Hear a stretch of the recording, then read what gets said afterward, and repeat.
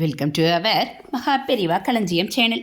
இன்னைக்கு நம்ம பார்க்க போகிறது தெய்வத்தின் குரல் 4ஆம் பாகம் 6ஆம் அத்தியாயம் போர் தீர்ந்து அமைதி காண.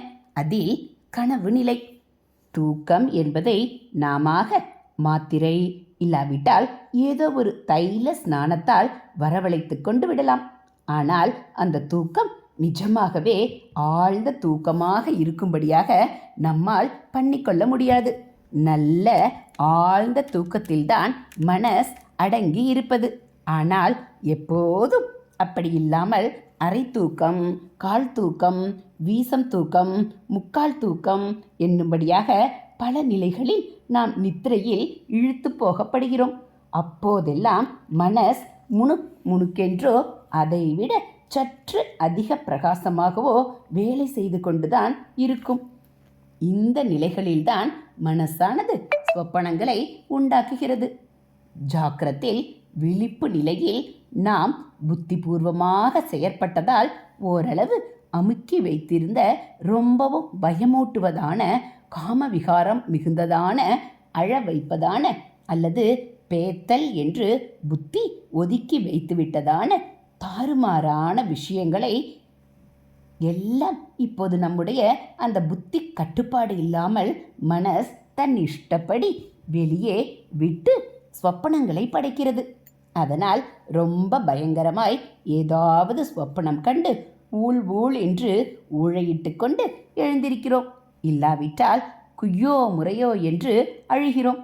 பைத்திய மாதிரி இப்படி கண்ணா பின்னா என்று சம்பந்தம் இல்லாததை எல்லாம் அசம்பாவிதமாக சேர்த்து கணா கண்டிருக்கிறோமே என்று நினைக்கும்படியாக அநேக ஸ்வப்பனங்கள் வருகின்றன. ரொம்பவும் மனசை பக்தி யோகம் என்று ஈடுபடுத்தி பரிசுத்திக்காக பிரம்மச்சாரியத்துக்காக பிரயத்தனம் பண்ணி கொண்டிருக்கும் சாதகர்கள் எங்களுக்கு இப்படி தகாததால் ஸ்வப்னம் வந்துவிட்டதே என்று எங்கள் மாதிரி இருக்கப்பட்டவர்களிடம் அழுது பரிகாரம் கேட்கிறார்கள். இதனாலெல்லாம் நம் சாதனையால் இயற்கைக்கு மேலே உள்ள ஈஸ்வரனின் பிரசாதமாக பெறப்பட்டு நம்மால் உறுதிப்படுத்தி வைத்து கொள்ளக்கூடிய சமாதி நிஷ்டையாக இல்லாமல் தன் இஷ்டப்படி நம்மை தன்னுடைய பல லெவல்களில் அடித்து கொண்டு போகிற தூக்கத்தால் தேவாசுர யுத்தத்துக்கு முடிவு காண நினைப்பது வழியே இல்லை என்று தெரிகிறது.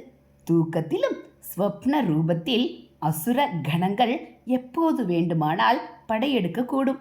எப்போதாவது வேண்டுமானால் அம்பாள் தரிசனம், ஆலய தரிசனம் மாதிரி நல்ல ஸ்வப்னம் வரலாம். அதுவே அசம்பாவிதமாக மாறியும் விடலாம். மனசின் உளப்பரிசல், உள்ளே அடக்கி வைத்த ஆசையின் இழுபறி எல்லாம் தூக்கத்திலும் வைத்து கொண்டு கிளம்ப வழியிருப்பதால் தூங்கிக் கொண்டே இருந்துவிட்டால் சாந்தி என்பது இல்லை. தூக்க மருந்துக்கும் ஸ்வப்னாவஸ்தை ஏற்படாமல் தடுப்பதற்கு சக்தி இல்லாததால் அதை கொண்டும் பூர்ண சாந்தமான நித்திரை பெற முடியாது. அப்படியே சாந்தமாக ஆழ்ந்து தூங்கினாலும் அது ஜடத்தனந்தானே என்று பேரானந்தம் இல்லை என்று முன்னேயே சொன்னேன். ஓயாமல் வெளியிலே ஓடிக்கொண்டிருக்கும் மனசை உள்ளே இழுத்து உள்ளுக்குள்ளே உனக்கு அடி ஆதாரமாக ஒரு காரியமும் இல்லாமல் இருக்கும் ஆத்மாவை நினை என்று பழகிக்கொண்டே இருந்தால்தான் அது அப்படியே நினைத்து நினைத்து களைத்து விழுந்தபோது சாக்ஷாத் அந்த ஆத்மா மட்டுமே பிரகாசித்து கொண்டு விளங்கும். சாஸ்வத சாந்த சௌக்கியத்தை அனுபவிக்கலாம். வேறே வழி கிடையாது. ஏதோ ஏதோ நிச்ரதி மனச்சஞ்சல மஸ்திரம் ததஸ்ததோ நியம் எய்தத் ஆத்மன் ஏவ வசம் நயேத் என்கிறார் பகவான்.